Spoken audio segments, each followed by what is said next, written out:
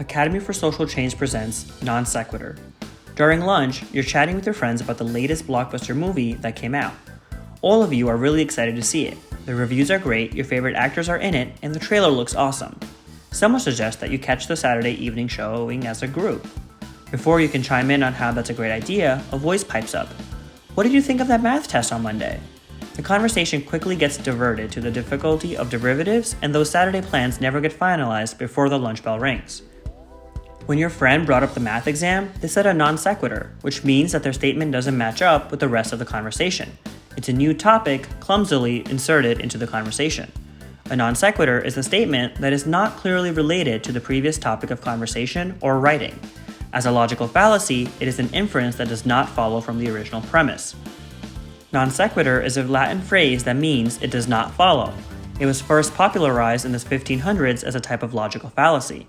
Over time, its definition was broadened until non sequitur also became a type of rhetorical device instead of just a flawed type of philosophical argument. Nowadays, you can find examples of non sequiturs everywhere, in the books you read, the debates you listen to, in the movies you watch, etc. It's important to remember that non sequiturs aren't inherently bad. In fact, they can be used quite effectively in comedy routines. Truly absurd ones can get a crowd laughing in seconds. Authors regularly use non sequiturs not only as a quick gag, but also to establish character traits. If a character commonly uses non sequiturs, they might be unfocused and prone to daydreaming or might not be that clever. Thus, non sequiturs have their place in the entertainment industry.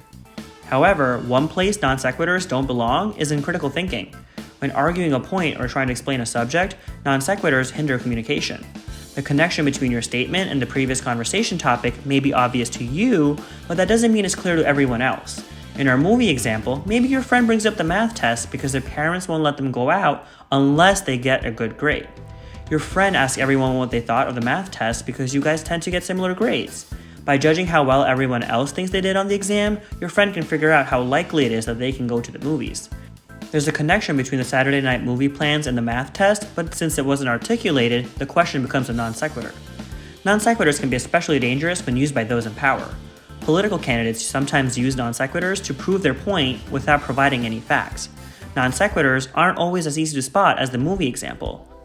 Quite often, they can sound almost like a valid argument, which is precisely why it's so important to identify non sequiturs.